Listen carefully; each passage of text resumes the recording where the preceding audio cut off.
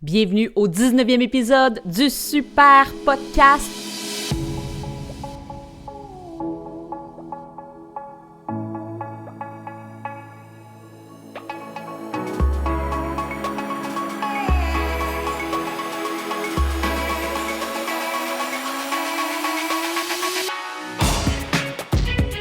Aller plus vite en paddleboard, c'est possible.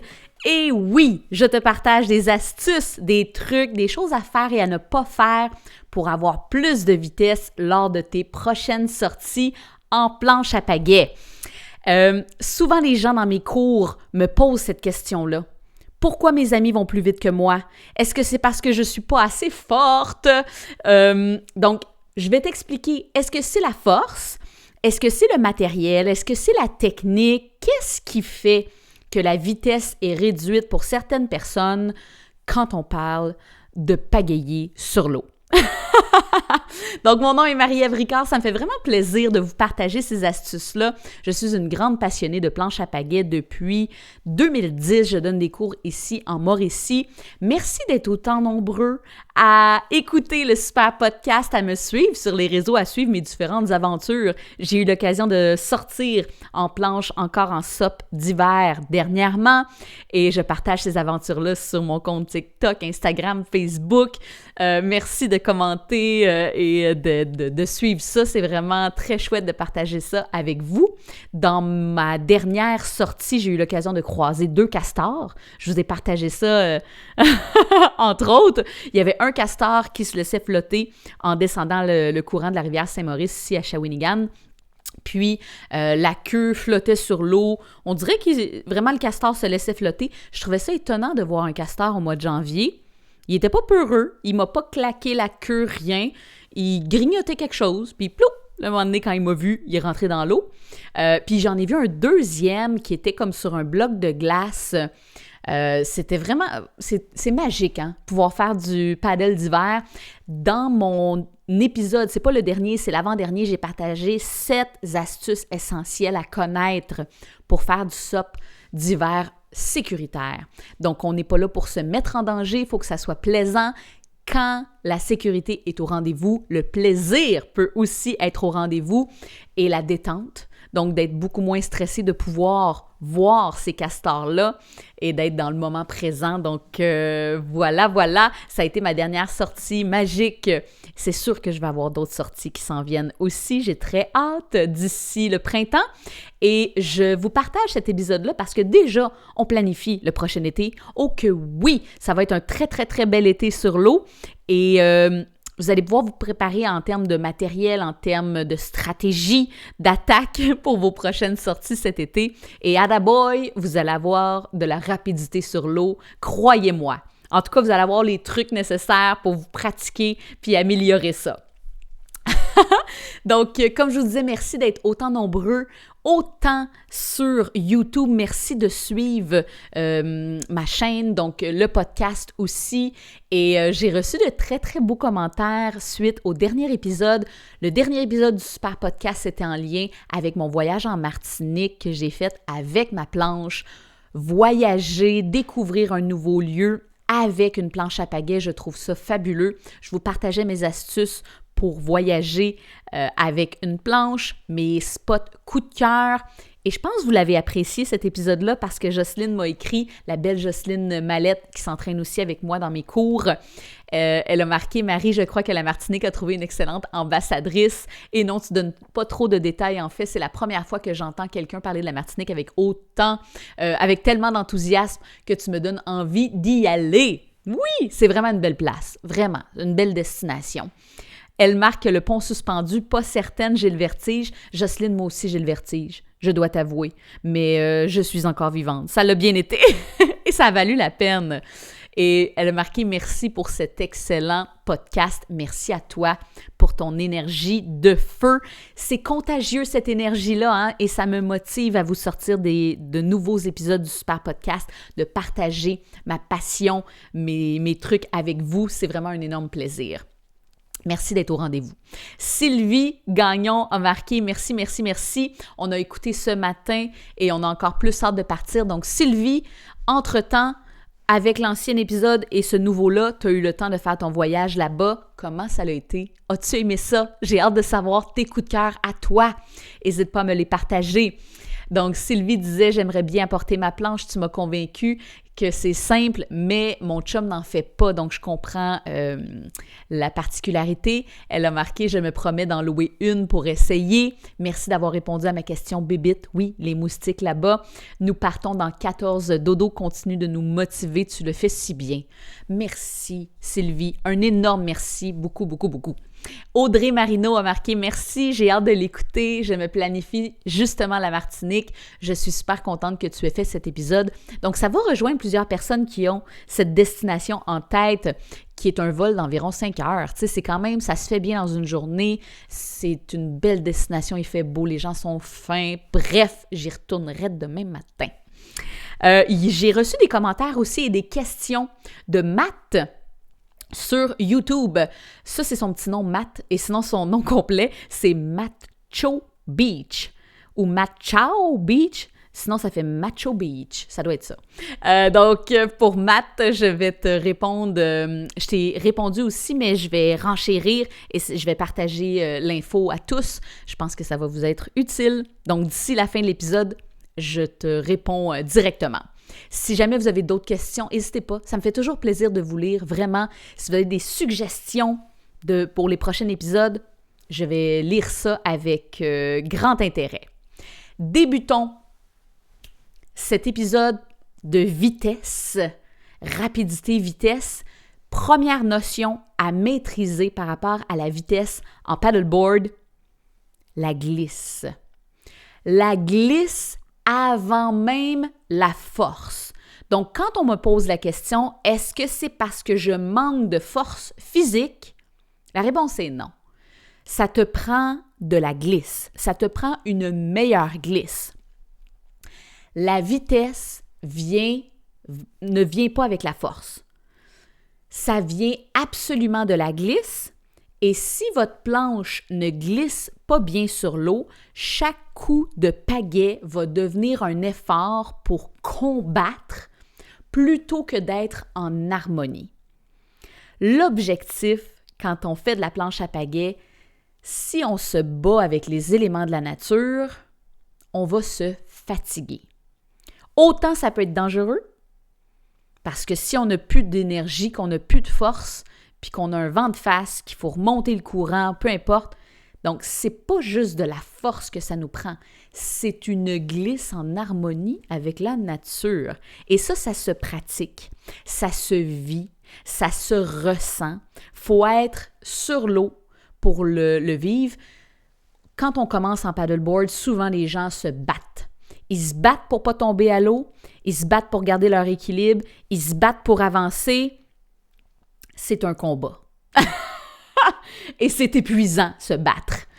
Versus être en harmonie. Se laisser glisser. Profiter de chaque coup de pagaie et sentir la planche qui glisse et qui avance. Plus vous forcez en paddleboard, même pour l'équilibre, plus vous forcez, plus vous allez tomber. Avec chaque coup de pagaie, plus vous forcez, plus vous fatiguez et moins ça va être efficace pour glisser. Donc, première notion, la glisse. Sentir vraiment chaque coup de pagaie pour glisser sur l'eau plutôt que de battre, de combattre. Ça me fait penser un peu comme à une corde à sauter aussi, là. Tu sais, quand la corde à sauter, elle tourne, il y a un momentum pour rentrer dedans, pour ne pas l'accrocher. C'est un peu ça aussi, là. Quand je pagaie sur l'eau, il y a un momentum qui se crée, la vague, le vent. Je suis avec les éléments de la nature. Les éléments de la nature m'aident et non pas me nuisent. Utilisons-les à notre avantage. Good! Ça, c'est mon premier truc. Plus facile à dire qu'à faire, mais dans mes cours, c'est ce qu'on pratique aussi. Avec la confiance, l'habitude, on connaît son plan d'eau, on connaît nos compétences, bien, plus on est habile, puis ça se développe pas avec une sortie sur l'eau, là. Vous comprendrez, c'est avec la pratique, bien sûr.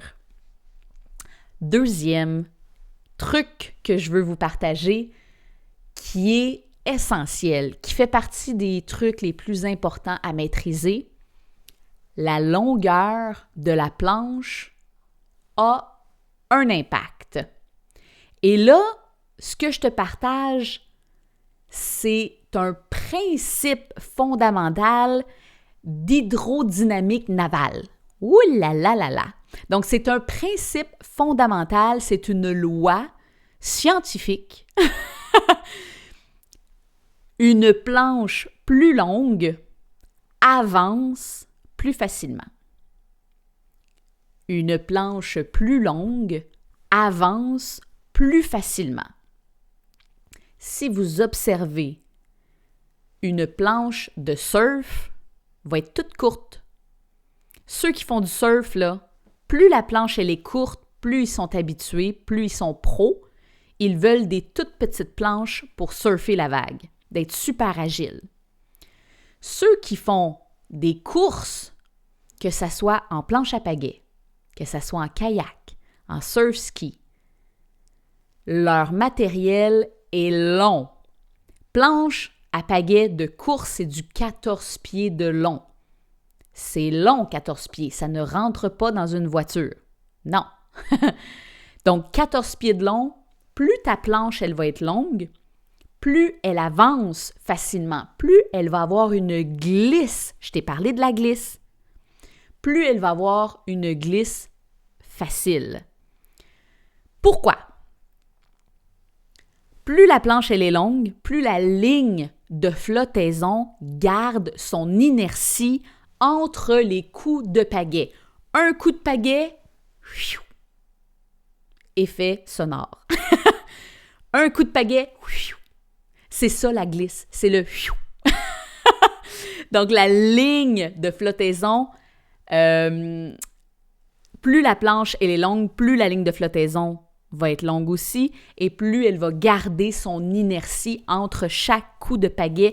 Tu vas vraiment avoir un feeling de glisse optimal. Une planche courte crée une vague devant elle. Une planche courte crée une vague devant elle. Donc, une planche qui est plus courte va pousser l'eau au lieu de la fendre.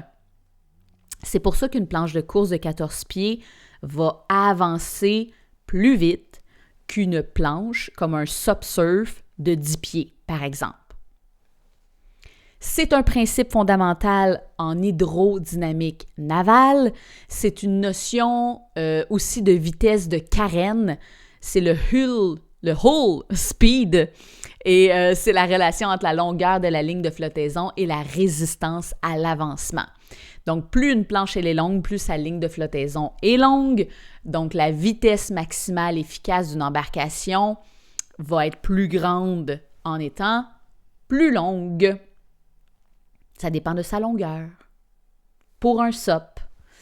Et sinon, quand on parle d'une planche qui est plus courte, ce qui arrive, c'est que la planche va faire une vague à l'avant, qu'on appelle étrave, et une vague à l'arrière, poupe. Sur une planche plus courte, ces vagues-là vont être plus rapprochées. Donc, la planche se retrouve littéralement coincée entre ces deux propres vagues. Fait qu'elle doit monter sa propre vague à chaque coup de pagaie. Fait qu'il va y avoir une résistance de vague, la wave making drag là, qu'on appelle. Donc, ça va être toujours un petit peu plus forçant à chaque coup de pagaie. C'est quand même bon à savoir. Parce que là, versus couper la vague, fendre la vague, flotter, glisser, versus combattre ou surmonter une vague à chaque coup de pagaie, c'est sûr que ça va être plus forçant. La courte planche, à chaque coup de pagaie, va recréer une vague à l'avant. Ça va casser l'élan et tu repars à zéro du principe hydrodynamique. Donc, hydrodynamiquement, tu repars à zéro à ce moment-là. Tu travailles vraiment pour maintenir ta vitesse, pas pour avancer. Versus la planche plus longue, à chaque coup de pagaie, tu avances. Tu n'as pas à surmonter une vague à chaque fois.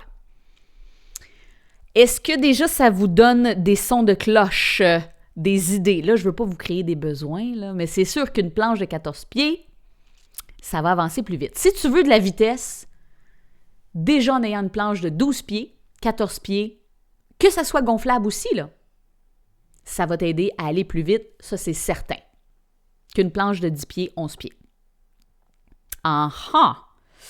Et voilà. L'autre élément que je veux vous partager, donc je vous ai parlé de la glisse, je vous ai parlé de la longueur de la planche. Maintenant, c'est sûr, je n'ai pas le choix de vous parler de la largeur de la planche. C'est une résistance en soi. Plus la planche elle est large, plus elle va créer de la friction sur l'eau. Cette friction-là, c'est sûr qu'il va falloir la compenser avec nos muscles. Plus la planche elle est large, plus il y a de la friction et plus la glisse va être freinée par le fait même.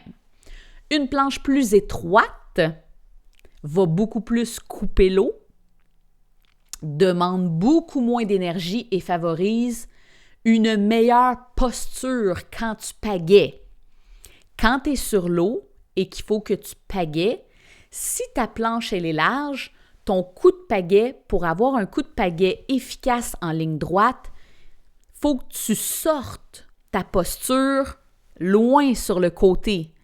Donc, c'est beaucoup moins ergonomique versus quand tu as une planche étroite, tu as beaucoup moins besoin de sortir à l'extérieur de ta planche pour avoir ta pagaie droite, pour faire un coup de pagaie efficace en ligne droite.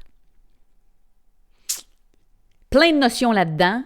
J'espère que vous êtes encore avec moi, que je ne vous ai pas perdu. Mais c'est sûr, ce qu'il faut retenir, la largeur de la planche. Je comprends que les gens recherchent des planches qui sont habituellement plus larges pour la stabilité. Et c'est vrai qu'une planche plus large, on est plus stable. Ça, c'est vrai. Mais par le fait même, il y a plus de friction, donc tu vas plus lentement. C'est toi qui décides. C'est sûr que si tu veux de la stabilité, vas-y avec une planche plus large, mais sache que tu vas aller moins vite que quelqu'un qui a une planche plus longue et plus étroite. Fait que si tu veux vitesse, ben tu prends une planche. Si tu regardes, je viens d'accrocher le micro, désolé. Si on regarde là, les dimensions d'une planche de course, c'est du 14 pieds par 23 pieds de large. 23 pouces de large, environ. Ça peut être du 23 pouces, 24, des fois c'est même du 21,5. C'est très étroit, là. Plus la planche elle est large, donc 30 pouces, 35, plus il va y avoir de la friction. Fait que c'est pour ça que moi, d'habitude, je dis 32, 30, max, là. C'est assez, là. Ça va être stable. Et si tu as l'occasion un jour d'essayer une planche de course, 14 pieds de long, 23 ou 24 pouces de large, tu vas voir que tu vas être capable de garder ton équilibre. Puis surtout si tu donnes un coup de pagaie. En donnant un coup de pagaie, là, zoom, ton équilibre va être beaucoup plus facile à garder. C'est sûr que si la planche elle était plus courte que 14 pieds, là, mais il faut être à l'aise avec, on appelle ça le rock, quand la planche tangue d'un côté à l'autre, là, ça swing plus. C'est sûr que ça swing plus une planche de course, mais tu vas être capable de garder ton équilibre quand même. C'est sûr que si sur une planche présentement de 32 pouces de large, il faut que tu restes à genoux, bien, il faut que tu commences en premier lieu d'être capable d'être debout sur ta planche, en pagayant. Fait que là, ça va être de développer ce skills-là et après, là, tu essaieras sur une planche plus étroite. Une fois que l'équilibre est gagné sur ta planche plus large, on essaie de rétrécir la largeur. Quand je parle d'équilibre aussi, là, j'en ai fait un autre épisode du super podcast en lien avec l'équilibre, mais ce qu'il faut retenir, c'est que ton matériel a une influence aussi sur l'équilibre. Il y a des shapes de planches qui ne sont pas favorables à garder son équilibre. Donc, ça aussi, des fois en échangeant de planches avec quelqu'un d'autre, essaie d'autres modèles ou lousant un autre modèle, ça va te permettre de vraiment essayer, voir est-ce que c'est ta planche, par hasard, qui te nuit dans ton équilibre, ça se peut. Ou peut-être que ta planche, elle est déjà un peu plus étroite et là, ça te fait perdre ta confiance. Essaie une planche plus large, genre 32, 30, puis ça va peut-être te donner la confiance nécessaire pour garder ton équilibre. Est-ce que ça va pour la largeur?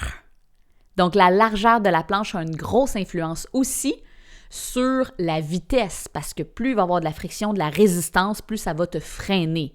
Ça, c'est certain. Autre truc, je veux te parler des types de planches.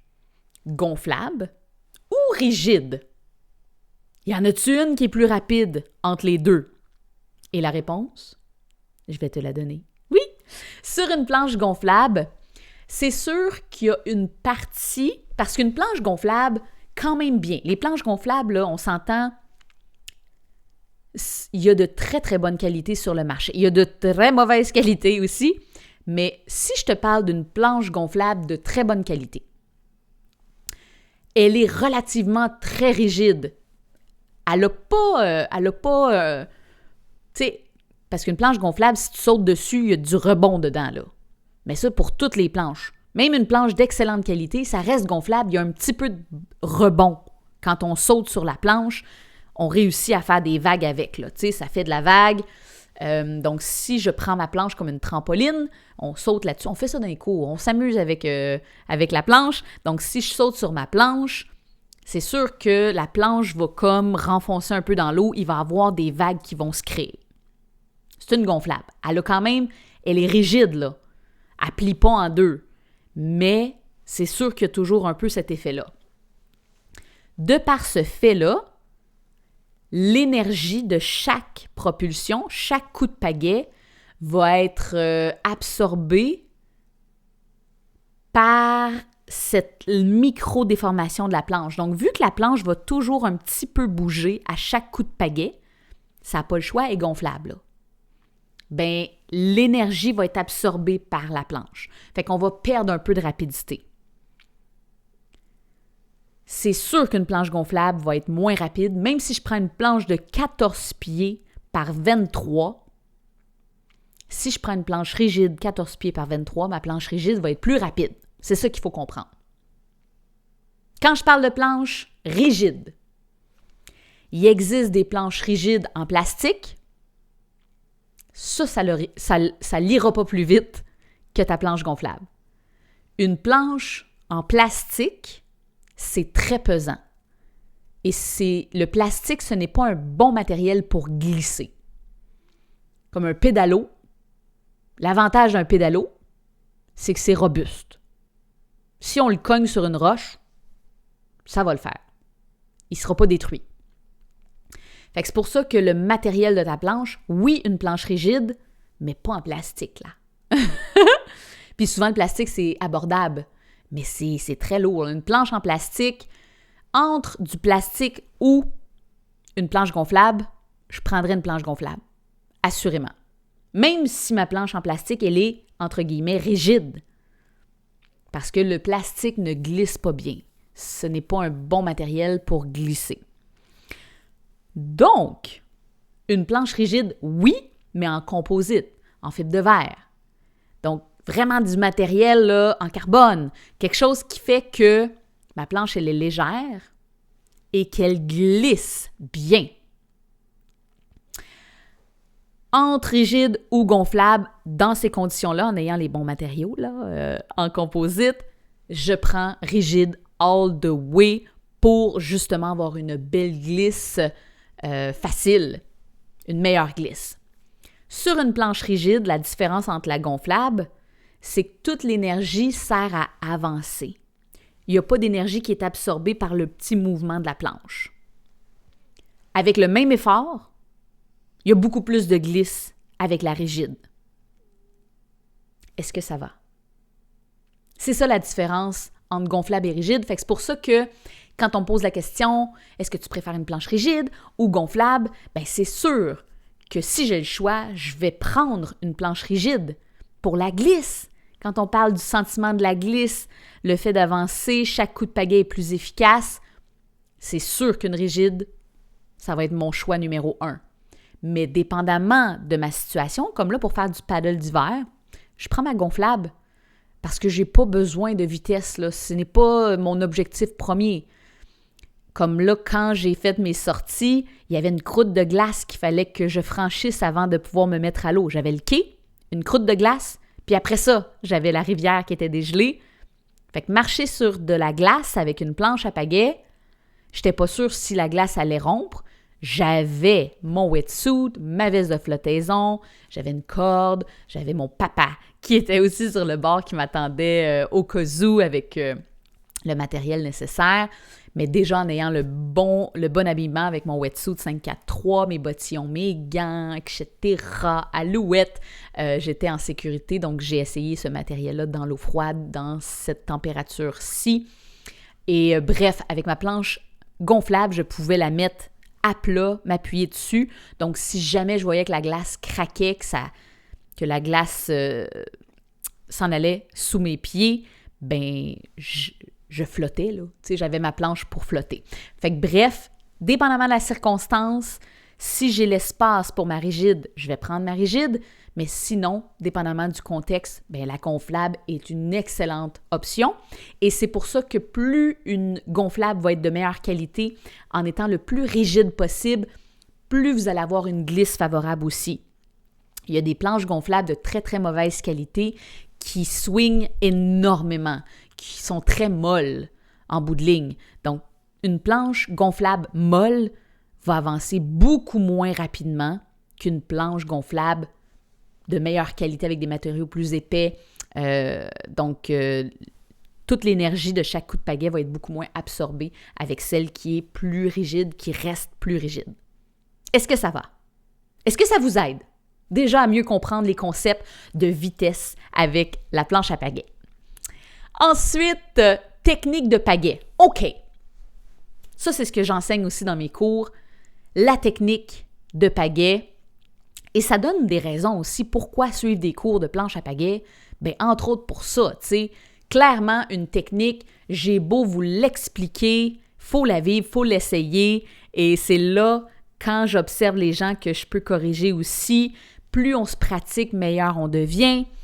Et l'erreur la plus fréquente que je vois, c'est que la pagaie n'entre pas assez loin devant et elle ressort beaucoup trop loin derrière. Donc, la pagaie ne va pas assez loin devant, puis elle sort beaucoup trop loin derrière.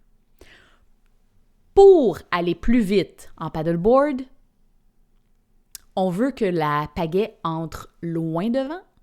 On va porter la pale proche du nez de la planche et on sort la pale au niveau des pieds. Les pieds sont de chaque côté de la poignée, au centre de ma planche. Nez à poignée. Nez à poignée and repeat. Nez à poignée, nez à poignée. C'est ça mon coup de pagaie. La majorité des gens... Ah, puis l'autre détail, la pagaie doit être à l'endroit. Ça, c'est une autre affaire. Il y en a qui sont comme, j'ai pas besoin de suivre de cours de paddle. Ils n'ont pas de VFI sur le dos, puis ils ont un pagaie à l'envers. Non, t'as pas besoin de cours. C'est sûr que ta sortie, t'es pas sécuritaire, puis de deux, ton coup de pagaie, il sera pas efficace, là. Donc, pagaie à l'endroit, ça, c'est l'élément principal. Et pagailler loin, devant, aller porter la pale au niveau du nez et sortir au niveau des pieds ou de la poignée, ou des genoux, si t'es à genoux. C'est le même concept à genoux. Nez, à genoux ou à tes pieds. D'autres concepts pour aller plus vite, on veut que la pagaie soit proche de notre planche. Plus la pale va être éloignée du bord de ma planche, plus je vais tourner à chaque coup de pagaie. Plus ma pale elle est proche du bord de ma planche, plus je vais aller en ligne droite. Plus ma pagaie, un autre élément, plus la pagaie va être verticale, l'olive vis-à-vis la pale. L'olive, là, c'est le bout, le manche, où je mets ma main sur le top. Il faut mettre sa main pour enrober l'olive sur le bout. Ça sert à ça, cette poignée-là. Donc, l'olive vis-à-vis la pale, ça va m'aider à aller en ligne droite. Dès que ma pagaie est inclinée, même de quelques degrés, ça va me faire tourner. Si je veux tourner avec ma planche, je mets ma pagaie le plus possible à l'horizontale et zoom, ça va me faire tourner. pagaie près de la planche, pagaie verticale, sortir la palle au niveau des pieds, ça va faire une énorme différence. Déjà, avec ça, ça va t'aider énormément. Note que si tu fais sortir la palle plus loin que tes pieds, tout ce que tu fais, c'est que tu te freines. Tu es en train de te freiner. Il y a beaucoup de monde qui se freine, là, à chaque coup de pagaie. Donc, tu veux sortir la palle vis-à-vis tes pieds. Tu observeras ton ami quand il fait son coup de pagaie. Quand la palle rentre loin devant et arrive vis-à-vis ses pieds, si tu la sors à ce moment-là, elle est vraiment verticale. Si tu vas la porter plus loin derrière, elle est inclinée et tout ce qu'elle fait, c'est qu'elle fait lever l'eau. Elle éclabousse de l'eau. Fait que toute cette partie-là en arrière fait freiner ta planche. Fait qu'à chaque coup de pagaie, si tu vas porter ta palle trop loin, ça te freine. Tu perds de la vitesse. 6e élément, truc à maîtriser qui fait toute la différence, c'est d'utiliser son corps complet quand on pagaie. À chaque coup de pagaie, si tu pagaies seulement en forçant avec tes épaules, genre il y a juste tes bras qui bougent quand tu pagaies, c'est sûr que tu vas te fatiguer. S'il y a un vent de face qui arrive, bonne chance. C'est dans ce cas-là que tu ne seras pas capable, ou s'il y a un peu de courant, c'est dans ce cas-là que tu ne pourras pas sortir de là. Il faut utiliser tout son corps. Que tu sois un homme, que tu sois une femme. Protège tes épaules. Dans mes cours, j'ai souvent des gens qui viennent et qui sont sceptiques, qui me disent « Ouais, mais c'est parce que j'ai des problèmes d'épaule, je pense pas que je vais être capable de faire du paddle. » Avec la bonne technique, ils sont corrects. Oui, ils sont corrects. Donc, c'est pas un pagayage d'épaule qu'on fait, c'est un pagayage avec tout le corps. On utilise nos cuisses, on utilise nos abdos, on utilise nos dorsaux. Ce sont des muscles qui sont beaucoup plus forts que nos pauvres petites épaules.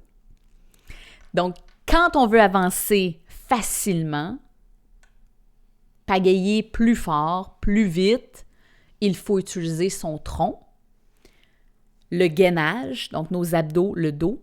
Il faut utiliser aussi le bassin.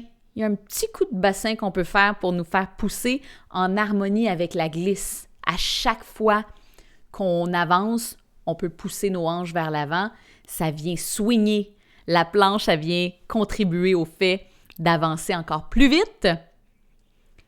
Il y a les cuisses qu'on utilise. Les cuisses sont très fortes, là. Quad, ischio, ce sont des gros muscles qui nous permettent de se propulser. On pousse avec les pieds sur la planche aussi. Il y a le poids du corps. Donc, j'utilise tout mon poids de corps pour tomber sur ma pagaie à l'avant. Je ne fais pas que forcer avec mes bras. Donc ça, ce concept-là d'utiliser tout son corps, ça vient vous sauver de l'énergie, mes amis. Ça vient changer votre sortie. Parce qu'après 20 minutes, le monde sont brûlés. Là, je dis 20 minutes. Même après 10 minutes, quand on se bat contre les éléments, on se bat pour pas tomber à l'eau, on respire pas, on n'est pas relax, on n'avance pas, on a le vent d'en face, le courant, il n'y a rien d'agréable. Là. Donc, il faut vraiment avoir ces connaissances-là, je crois, pour pouvoir apprécier encore plus les sorties sur l'eau. Donc, vous allez pouvoir essayer ça. Essayez un truc à la fois, là. Essayez pas tout en même temps. Donc, ce que je vous ai partagé, étape 1, c'était de vous parler de la glisse en harmonie. Chaque glisse, on en profite, on sent la planche avancer.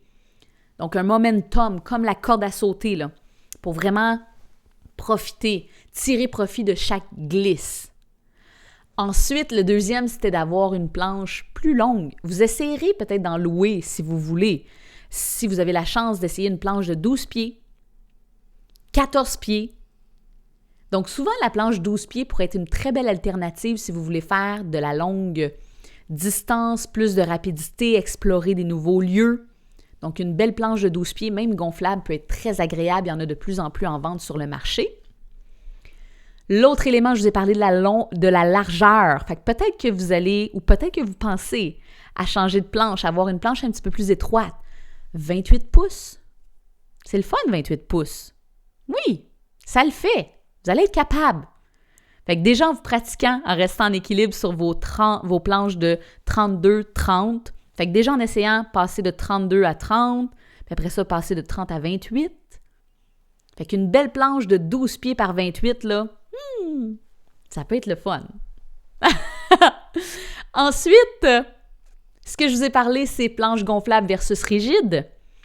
Déjà avec ta qualité de planche rigide, ça vaut la peine d'investir dans une planche de meilleure qualité, entre autres pour cette glisse-là, pour cette vitesse-là, assurément. Si tu n'as pas l'opportunité d'avoir une rigide, ben une belle planche gonflable de qualité, puis ça se revend là, bien. Une planche de qualité, ça garde son prix, puis c'est fait pour durer au moins 10 ans. Là. Au moins! L'autre élément que je t'ai partagé, c'est la technique de pagaie qui va tout changer. Avoir la pagaie verticale, proche de la planche, aller loin devant, au nez, sortir au pied. Et d'utiliser tout le corps. D'utiliser les gros groupes musculaires, pas juste les épaules. Donc, ce sont mes 6 trucs pour toi pour avoir plus de vitesse. Donc, en conclusion, ce n'est pas de pagayer plus fort, ce n'est pas d'utiliser, de vraiment forcer. C'est pas ça le but. C'est vraiment d'arrêter de faire des choses qui te ralentissent. Donc, arrêtez d'aller porter votre pagaie si loin derrière. Cessez. Mettez votre pale à l'endroit. Et utilisez les éléments de la nature à votre avantage, bien sûr. Commentaires et questions de Matt. C'était en lien avec un super truc. Vous êtes nombreux aussi à vous être inscrits à mes super trucs gratuits. Je vous envoie un super truc gratuit à chaque lundi. C'est encore, pendant que j'enregistre cet épisode, c'est encore disponible. Là. Je pense que ça finit bientôt quand même, là, mais ouais, ça devrait achever, mais voilà. Donc, c'était un super truc pour pagayer plus rapidement, justement. J'avais partagé ces trucs-là et il me dit « Super Marie, salut, je suis bien d'accord avec ta technique pour aller plus vite, mais l'inconvénient, je trouve, dans tout ça, c'est qu'on va tout croche. Et il faut souvent changer la pagaie de côté, donc perdre de la vitesse. Les coureurs doivent avoir des planches exprès, je pense. Est-ce que je me trompe? Pour ma part, le paddle, c'est plus un sport de contemplation ou même peut-être un peu pépère et mémère. » Donc, merci Matt pour ton commentaire, ta question. Je pense avec les éléments que je viens de vous partager, ça répond vraiment principalement à tes questions. Donc, oui, il y a des planches qui sont faites plus favorables pour avoir de la rapidité. Ça peut aider. Une planche qui va être plus longue, plus courte, plus étroite, donc une planche plus longue, plus étroite, va m'aider à garder ma ligne droite et va m'aider à garder ma vitesse, assurément. Le coup de pagaie efficace va tout changer pour garder sa ligne droite. Pourquoi je zigzague? C'est que peut-être ta planche elle est un petit peu plus courte et plus large et ton coup de pagaie, si ta pagaie est inclinée un petit peu, c'est sûr que ça va te faire tourner à chaque coup de pagaie. Il y a aussi le contrebalancé de ton poids. Si tu mets tout ton poids à droite et que tu pagaies à droite, le bord de ta planche va mordre l'eau et ça va te faire tourner. Il y a ça aussi. Fait que d'essayer de garder la planche le plus parallèle possible sur l'eau. C'est un autre truc. C'est un autre détail super important. Un autre commentaire, une autre question que Matt m'avait partagée, c'était, il m'a demandé, as-tu déjà failli tomber à l'eau en hiver? Vous êtes nombreux à me poser cette question-là, vous vous inquiétez pour ma sécurité, vous êtes bien aimable, mais vous êtes curieux de savoir, est-ce que l'eau est frette? Oui, l'eau est très froide actuellement quand on a des conditions hivernales au Québec. L'eau est très, très, très, très froide. Je prends la température de l'eau avec mon thermomètre de piscine. Et ça me permet de mettre le bon équipement adapté à la température de l'eau. Quand on fait du paddle d'hiver, on s'habille en fonction de la température de l'eau, pas la température extérieure. C'est vraiment super important. Et oui, j'ai failli tomber, oui, j'ai déjà tombé, donc je vous raconte cette petite anecdote-là de temps en temps, je peux vous la repartager. J'étais sur l'eau dans un petit chenal, puis mon aileron a accroché. Donc j'ai beau avoir full d'équilibre, j'ai beau avoir plein de skills, j'ai beau avoir plein d'heures, plein de coups de pagaie en arrière de la cravate, je suis pas à l'abri, là. Tu sais, personne n'est à l'abri de tomber. Il y avait, au fond, c'est un castor qui s'amuse à faire un barrage dans le chenal que je prends pour me rendre à un autre petit lac. C'est un lac que je vais souvent. Puis, d'une semaine à l'autre, ben il a vraiment travaillé fort pour construire son barrage. Puis, je m'y attendais pas. Mon aileron a accroché dans une branche et ça m'a fait tomber. J'ai vraiment reculé sur ma planche, toum, toum, toum, toum, toum, toum, toum, et je suis tombée par l'arrière en me laissant tomber de tout mon long. Fait que j'ai eu de l'eau sur mes cheveux. Je suis vraiment... La tête était dans l'eau. Donc, j'étais complètement mouillée, là, de la tête aux pieds. J'avais mon téléphone cellulaire dans ma poche de VFI qui n'était pas dans son sac, ni dans un Ziploc, ni dans son sac imperméable. Donc, mon téléphone a... Mais c'était mon ancien, là. J'ai eu le temps de l'échapper dans le fond du lac et de m'en procurer un autre. Fait que, bref, c'était mon ancien téléphone qui s'est fait mouiller cette fois-là, mais c'était plus ça que j'avais en tête de sauver à ce moment-là. Mais ça m'a juste rappelé qu'il faut toujours rester vigilant, d'avoir le bon équipement, d'avoir la bonne approche de sécurité aussi, d'informer quelqu'un de ma sortie, etc., etc.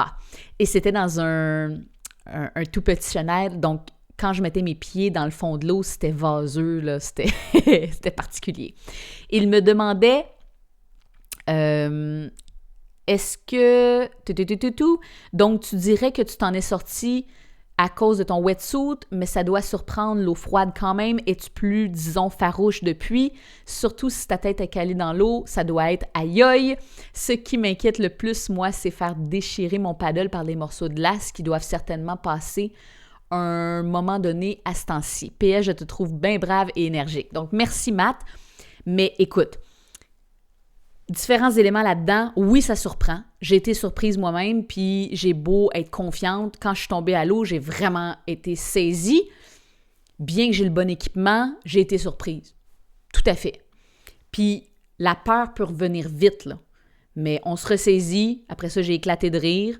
Puis j'ai remonté sur ma planche. J'étais tout trempe. Ma sortie venait de finir là. J'étais en camping. Donc, j'avais pas de source de chaleur à part un feu pour faire réchauffer mon équipement, mon wetsuit puis tout. Fait que j'ai accroché ça dans un arbre. Mais voilà. Après ça, je me suis réchauffée avec ma serviette. Je me suis changée, puis bingo. Est-ce que je suis plus farouche depuis? Je garde en tête que ça peut arriver à tout le monde. Fait que j'essaie d'être vraiment le plus sécuritaire possible à chacune de mes sorties, de calculer les risques le plus possible. Et de faire déchirer son paddle par des morceaux de glace, même avec les paddles gonflables, on n'est pas à l'abri d'un morceau de glace, mais je les contourne. Je ne fais jamais exprès de rentrer, que ce soit une planche rigide, c'est fragile. Faut pas cogner un morceau de glace dessus. Surtout quand il fait froid, ça peut fendre, là. Avec le froid, les composites sont plus fragiles, que ce soit gonflable ou rigide. Donc, les morceaux de glace, je les contourne. Ma pagaie en carbone, je cogne pas ma pagaie sur des morceaux de glace non plus, là. Tout ça, hein, c'est fragile, là, ces composantes-là. Donc, je les contourne. Et ben voilà. Fait que je vous invite à me partager vos suggestions pour le prochain épisode du Super Podcast. Si jamais vous avez des questions, des suggestions, j'avais en tête peut-être de vous partager des lieux ailleurs qu'en Mauricie que j'ai déjà visité, que j'ai beaucoup aimé. Donc, peut-être que je pourrais vous partager ça si ça vous intéresse. Et d'ici le prochain épisode, ben, tenez-vous au chaud. Rêvez à vos prochaines destinations. Merci encore de votre écoute. Abonnez-vous si ce n'est pas déjà fait. Et puis, merci d'être là. Vraiment. Donc, j'ai déjà hâte de vous partager un autre super podcast, un autre super épisode. Et ça va être le 20e dans un mois. Donc, on va déjà être au mois de février, mars. On va déjà être le 1er mars, le prochain. Là. Ça s'en vient l'été. Là. Gardez espoir. Donc, un gros merci pour votre équipe, votre écoute. Et puis, à bientôt. Merci. Ciao, ciao.